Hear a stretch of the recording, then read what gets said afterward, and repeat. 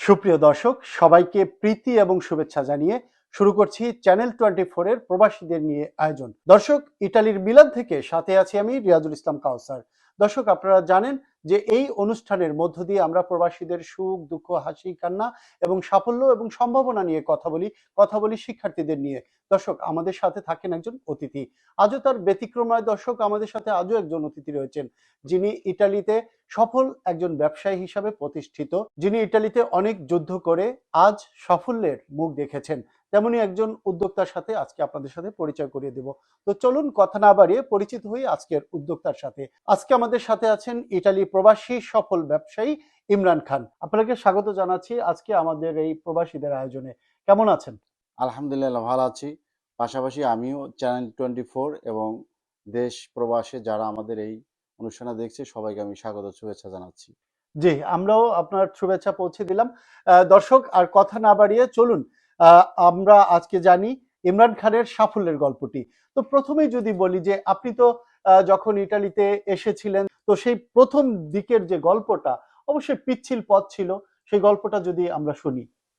আসলে আমরা যারা বিদেশে আসি সবারই ফার্স্ট স্টেপে অনেক স্ট্রাগল করতে হয় এবং একটা সফলতা পেতে হলে তার অনেক ধৈর্য, ত্যাগ, তিতিক্ষা, ন্যায়পরায়ণতা, সততা, আদর্শ অনেক প্ল্যাটফর্ম পার হয়ে তারপর সফলতার দ্বার প্রান্তে পৌঁছাতে হয়।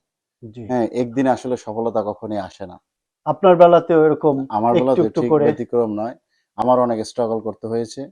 আজকে আমি ইতালিতে প্রায় 17 বছর। বাহ! হ্যাঁ? তো আলহামদুলিল্লাহ আমি অনেক ভালো আছি। এবং এই ভালো থাকার পিছনে আমার অনেক ধৈর্য অপেক্ষা করতে হয়েছে। আমার অনেক স্ট্রাগল করতে হয়েছে।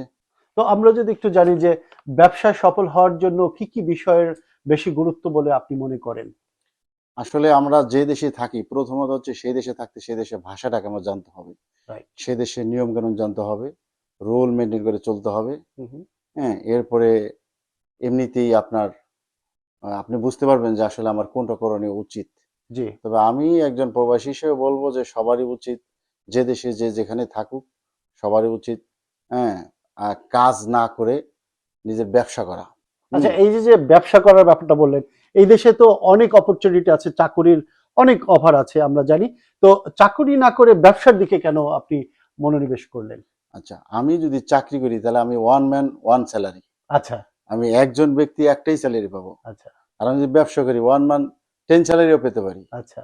হ্যাঁ, তো সেজন্যই আমি দেখছি যে না আমার শুধু একজন মানুষ একটা বেতনে আমার চলবে না। জি। হুম যেজন্যই আমার ইচ্ছা ছিল যে আমি বিজনেস করব। তবে বিজনেসও শুরুতে হয়নি, একটু সময় লেগেছে। তা আলহামদুলিল্লাহ সততা, নিষ্ঠা সততা, নিয়ে হ্যাঁ, হ্যাঁ। কাজ আমার কিছু করতে হবে। বছর ওয়েট করা লাগছে। জি। তারপরে আলহামদুলিল্লাহ।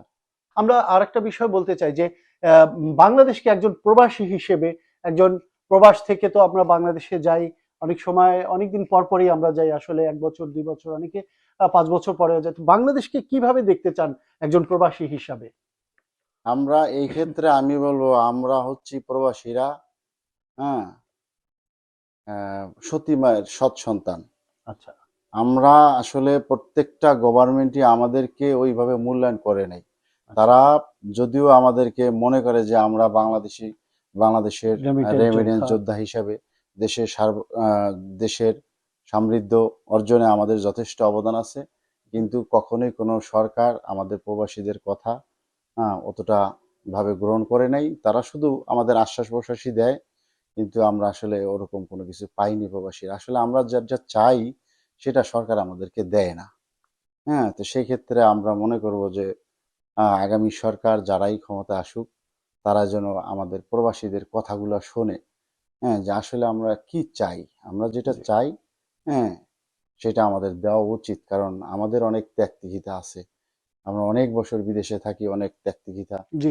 তো কি চান? আসলে তো আমরা দেখি যে আম সরকার যে একেবারেই যে তাকায়নি তা কিন্তু নয়। বর্তমান আমরা দেখছি যে আমাদের নির্বাচন কমিশনার বহির্বিশ্বে প্রবাসীদের ভোটাধিকার প্রয়োগের সুযোগ করে দিচ্ছে। এরপরে আমরা দেখছি যে ওয়েজ অনার্স কার্ড করার সুযোগ দিচ্ছে। তারপরে আমরা দেখছি যে আমাদের ই-পাসপোর্ট, এনআইডি প্রবাস থেকে আমরা করতে পারছি। তো সব মিলিয়ে কিন্তু যে সরকার একেবারে তাকায় না তা কিন্তু বলতে পারি না। তবে আরেকটু যত্নবান হওয়া উচিত বলে আমরা মনে করি বা প্রবাসীরা। আরেকটা বিষয় যদি জানতে চাই যে অনেক সময় আপনাদের অনেক দাবি দেওয়া থাকে প্রবাসীদের, যেমন ওয়েজ অনার্স কল্যাণ বোর্ড করলেই হবে না। আমরা অনেকেই বলি যে প্রবাসী অধিকার সংস্থা থেকেও বলেছে যে আমাদের লাশটা উইদাউট পেমেন্টে, মানে কোনো ওয়েজ অনার্স কার্ড বিহীনই যেন কোনো প্রবাসীর লাশটা পেমেন্ট করা হয়। যেতে পারে। তারপরে যে প্রণোদনারা দিচ্ছে, এটা আমাদের অনেকেই বলছে যে আমরা প্রণোদনা চাই না, আমরা চাই পেনশন স্কিম। এই ব্যাপারে আপনার কি মত? আসলে এই ক্ষেত্রে সরকারকে ধন্যবাদ দিতে হয় যে অনার্স কার্ড এবং বিনা খরচে লাশ তাদের দেশে পৌঁছাতে পারে সেই সুবিধা দেওয়ার জন্য। পাশাপাশি বলবো যে বাংলাদেশ সরকার, আমরা অনেক বিদেশ যারা করে এর মধ্যে অনেকেই আছে একটু কম শিক্ষিত, সেই সব লোকগুলো যখন এয়ারপোর্ট ক্রস করে বা এয়ারপোর্টে আসে, তাদের সাথে যে বিহেভটা আমরা অন্য দেশে এয়ারপোর্টে পাই সেই বিহেভটা আমরা বাংলাদেশে পাই না। আমাদের অনেক হ্যারাসমেন্ট করা হয়, কারো কারো দেখি অনেক সময় ফেসবুকে যে লাকের চুরি হয়। এই ক্ষেত্রে সরকার আর একটু সচেতন হওয়া উচিত। পাশাপাশি আমাদেরও যে প্রত্যেকটা দেশেই একটা পেনশনের ব্যবস্থা আছে, কিন্তু আমরা যে প্রবাসী এত বছর জীবন শেষ করে দেশকে সমৃদ্ধশালী করতেছি, আমাদের আসলে পেনশনটা কোথায়? সরকার এই ক্ষেত্রে আমাদের অন্তত, আমার দাবি থাকবে যে আপনার এই অনুষ্ঠানের মাধ্যমে যাতে সরকারের কাছে আমার আবেদনটা পৌঁছায়, যারা 15 বছর বিদেশ করবে তাদের জন্য একটা মিনিমাম পেনশনের ব্যবস্থা করা। জি, আমরা এই আবেদনটি সংশ্লিষ্ট দপ্তরে পৌঁছে দেব। আমরা একদম অনুষ্ঠানের শেষ পর্যায়ে চলে এসেছি। আমরা যদি জানি যে দর্শকদের জন্য আপনার কি বলবার আছে? দর্শকদের কাছে আমার একটাই অনুরোধ, আসলে বাংলাদেশের থেকে আমরা যারা বিদেশে আছি, এখানে আমাদের ক্যারিয়ার সম্ভাবনা এবং দেশকে সমৃদ্ধশালী করার জন্য অনেক অপরচুনিটি আছে। যদি কেউ ইতালিতে আসেন, অবশ্যই কাজ না করে সবাই ব্যবসায় মনোযোগী হবেন এবং বেশি আর্ন করতে পারবেন, দেশকে অনেক কিছু দিতে পারবেন এবং ফ্যামিলিকে অনেক স্বাবলম্বী করতে পারবেন। এবং বৈধ পথে, এখন বৈধ পথে, অবশ্যই বৈধ পথে, সেটা হতে হবে বৈধ পথে। জি, এবং বৈধ আয়ের উৎস। জি, অসংখ্য ধন্যবাদ আপনাকে আমাদের সাথে আজকে অংশ নেওয়ার জন্য। দর্শক, আমাদের সাথে যেখান থেকেই দেখেছেন সবাইকে শুভেচ্ছা জানাচ্ছি। আগামী অনুষ্ঠান দেখবার আমন্ত্রণ রেখে বিদায় নিচ্ছি। সবাই ভালো থাকবেন। সাথে ছিলাম আমি রিয়াজুল ইসলাম কাউসার। সবাইকে শুভেচ্ছা।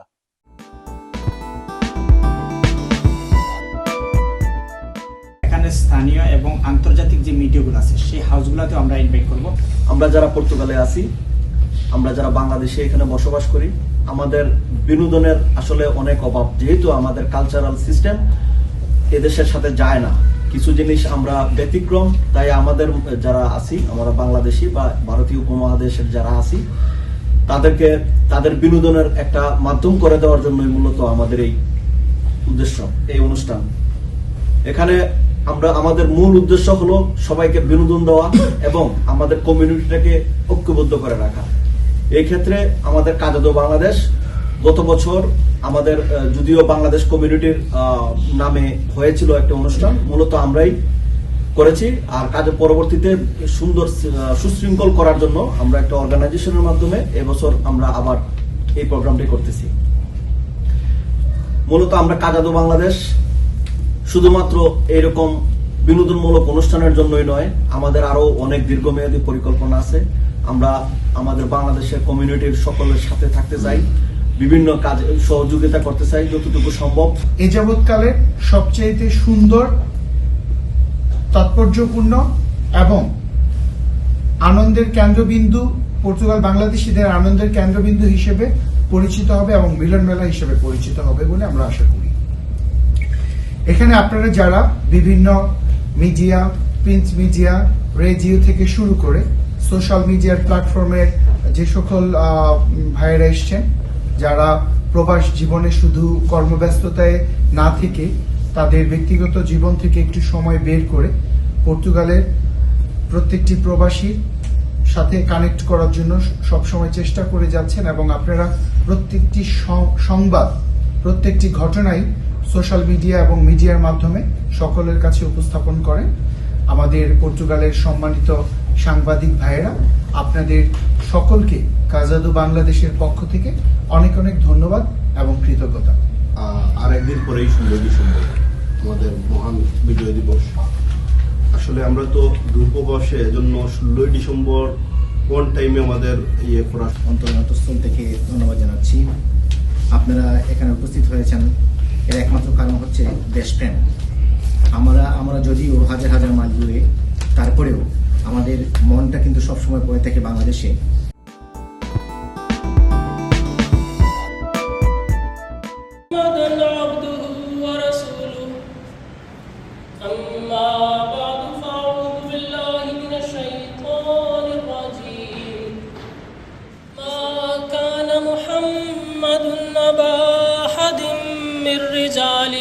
ولكن رسول الله وخاتم النبيين. Muhammad sallallahu alaihi wasallam is not the father of any of your men. Ladies and gentlemen, the Holy Prophet sallallahu alaihi wasallam has been referred to as Khatamun Nabiyyin in this verse of the Holy Quran. Believe in the Holy Quran and its authority, its being the last book of Allah. We join ourselves with that of the person of God. May thy peace and blessings be on Mustafa sallallahu alaihi wasallam. That ocean to the heart, filled to the brim. Ahmadiyya মুসলিম জামাত কানাডার উদ্যোগে ক্যালগারিতে খতমে নবুয়তের সম্মেলন হচ্ছে। এখানে বিভিন্ন দেশের লোকজন সমবেত হয়েছে এবং আহমদি জামাতের মূল কথা হইল কোরআন এবং হাদিস মোতাবেক তারা পুরোপুরিভাবে খতমে নবুয়তকে বিশ্বাস করে এবং প্রতিটা আহমদি মেম্বারকে আহমদি হইতে হইলে তাকে খতমে নবুয়ত মানতে হবে, নাহলে সে আহমদি জামাতে দাখিল হইতে পারবে না। ওকে, আমি খুব আনন্দিত বাংলাদেশ সেন্টার বাংলা স্কুলে অংশগ্রহণ করতে পেরে। বাচ্চারা অসাধারণ ছবি করলো এবং বিজয় দিবসের আমাদের সবার তরফ থেকে বাংলা স্কুলের আর্ট স্কুলের সব তরফ থেকে সবাইকে শুভেচ্ছা জানাচ্ছি। আমরা আজকে এখানে সব বাচ্চারা একসাথে খুবই আনন্দ করছি। বাংলা স্কুলে বিজয় দিবস উপলক্ষে বিসিএসসির বাংলা স্কুল আমাদের আজকে এই আয়োজনে সহযোগিতা করেছে। সব বাচ্চারা আপনারা দেখতে পাচ্ছেন সুন্দর ড্রয়িং করেছে, সব দেশের ছবি, দেশের পতাকা। সো সবাইকে বিজয় দিবসের শুভেচ্ছা। ধন্যবাদ সর্বপ্রথম সবাইকে যারা এই আয়োজন করেছে। বিদেশের মাটিতে আসলে বাংলাদেশের বিজয় দিবসটাকে পালন করা আমাদের সন্তানদের জন্য একটু অনেক পাওয়া, আমাদের জন্য না হইলেও তো তারা অনেক আনন্দ করছে। আমি দেখছি অনেক টিচাররা আছে, অনেকে সুন্দর সুন্দর কেউ ড্র করেছে, কেউ কালার করেছে। সর্বোপরি সবাইকে ধন্যবাদ। আর বিজয় দিবসের জন্য সবাই, এটা আমাদের সবার জন্য গর্বের বিষয়।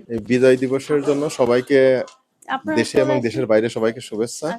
আর এখানে আমরা জানি, কিন্তু আমাদের বাচ্চাদেরকে বিজয় দিবসটা কি, আসলে বাংলাদেশটা কি, বাংলাদেশের পতাকা, যেমন বাচ্চারা জাস্ট দেশের সঙ্গে একটু পরিচিত থাকা, যাদের শিকড়টা যেন দেশের সঙ্গে ইয়ে থাকে। যতই আমরা এখানকার যে আপনার স্কুল, বাংলা স্কুলের টিচাররা, অনেক বাচ্চার বাবা মা আসছে, সবাই হেল্প করছে, টিচাররা অনেক ভালো, আন্তরিক, বাচ্চাদের সঙ্গে সুন্দর মতো ইয়ে করছে। এইভাবে আমরা সবাইকে শুভেচ্ছা জানাচ্ছি। সবাইকে ধন্যবাদ এই বাংলা স্কুলের এই ছোট আয়োজনে আসার জন্য। বিশেষ করে জেরিন তাজ আন্টি, উনি লাস্ট এক সপ্তাহ যাবৎ অক্লান্ত পরিশ্রম করে যাচ্ছেন, সাথে আঙ্কেল আছেন। ওনারা দুইজন অক্লান্ত পরিশ্রম করে এই মানে অল্প সময়ের মধ্যে এই আয়োজনটা করা আসলেই মানে অসাধ্যকে সাধন করা উনি এবং আঙ্কেল এই সাধ্য করছে। আমরা বাংলা স্কুলের পক্ষ থেকে এবং Bangladesh Canada association of Calgary বিসিওসিসির পক্ষ থেকে খুবই কৃতজ্ঞ যে ওনারা সময় দিচ্ছেন। আমাদের এখনো শেষ হয়নি, আমাদের আরো জাতীয় সঙ্গীত আছে, কিছু পারফরমেন্স আছে যেটা উনি কন্টিনিউ করবেন। আর অভিভাবকদের তো অবশ্যই কিছু বলার নেই, ঠান্ডার মধ্যে আপনারা এত কষ্ট করে বাংলা স্কুলে বাচ্চাদেরকে নিয়ে আসেন। আপনারা হলো যে এই বিসিওসি প্লাস বাংলা স্কুলের প্রাণ। আপনারা না আসলে বিসিওসি দেখেন, আপনারা আসছেন, বিসিওসি একটু প্রাণ খুঁজে পাইছে, আপনারা না আসলেই প্রাণটাও চলে যায়। আমরা আশা করি আপনারা সবসময় বাংলা স্কুলের সাথে থাকবেন।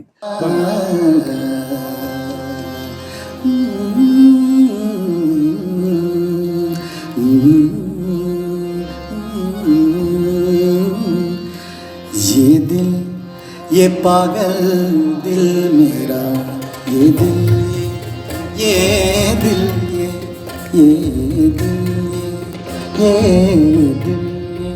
इस दश्त में एक शहर था, इस दश्त में एक शहर था, वो क्या हुआ आवारगी दिल चौंके ने जा पूछा मेरे गम का सबब सहरा के भीगी रेत पर मैंने लिखा आवारगी तन्हाइयाँ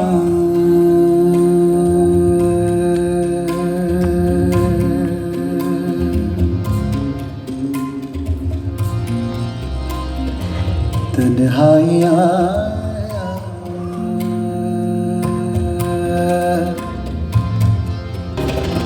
हम लोग तो उकता गए शायद सदा आवारगी ये दिल ये पागल दिल मेरा क्यों बुझ गया आवारगी।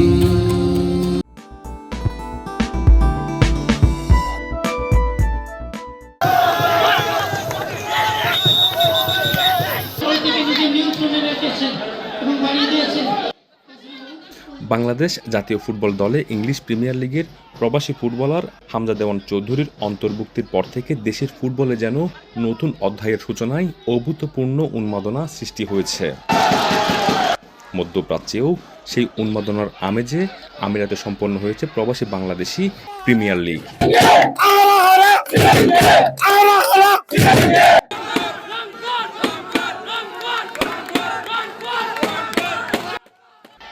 প্রবাসী এবং পিবিপিএল এর আয়োজকদের দৃঢ় বিশ্বাস, সুযোগ দেয়া হলে এই মঞ্চ থেকেও সেরা ফুটবলার একদিন দেশের জাতীয় ফুটবল দলের জার্সি গায়ে খেলার সুযোগ পাবে।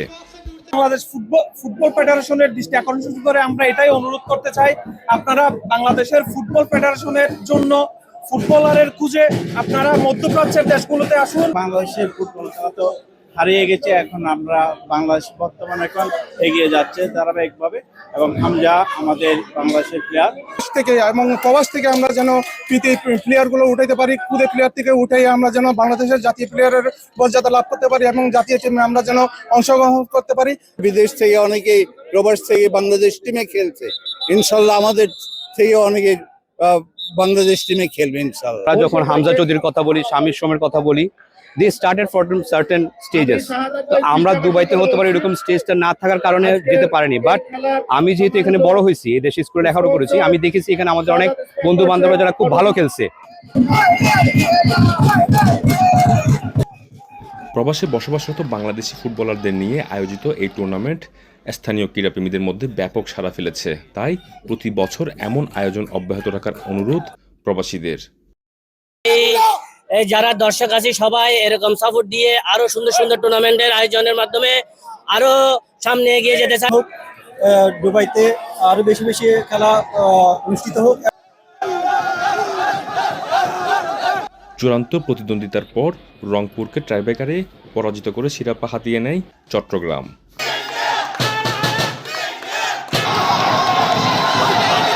যেমন বাংলাদেশে হামজা চৌধুরী বিভিন্ন খেলোয়াড় বাইরের দেশ থেকে এসে খেলতেছে, এরকম এখান থেকেও ইনশাল্লাহ প্লেয়ার তৈরি হবে। ক্যামেরা তো আপনারা দেখছেন সুন্দর করে আমরা অনেক পাস নিয়ে খেলছি। হ্যাঁ, এখান থেকে যাওয়ার সম্ভাবনা আছে, আরো ট্রেন করার পর অবশ্যই জাতীয় দলে যাওয়ার সম্ভাবনা আছে। আজকে যে গ্র্যান্ড ফিনালেতে দুই বড় টিম, শক্তিশালী টিম আসছে আর চট্টগ্রাম আজকে ফাইনাল জিতছে, এটাই হলো আমাদের সব অ্যাকচুয়াল যেটা এম ছিল সবাইকে একত্র করার জন্য, এটা আমরা সফল হয়েছি।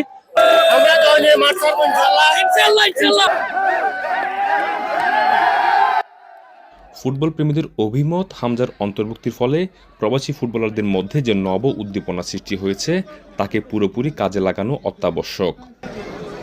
সংযুক্ত আরব আমিরাতে এমন বহু প্রতিশ্রুতিশীল বাংলাদেশি খেলোয়াড় রয়েছেন যারা জাতীয় দলের স্বীকৃতি পাওয়ার পূর্ণ যোগ্যতা রাখে। সংযুক্ত আরব আমিরাত থেকে খেলোয়াড় নেওয়া হলে তা জাতীয় দলের বেঞ্চকে আরও শক্তিশালী করবে বলে মনে করছেন প্রবাসী ক্রীড়া বিশ্লেষকরা। ইশতিয়াক আসিফ, চ্যানেল 24, সংযুক্ত আরব আমিরাত।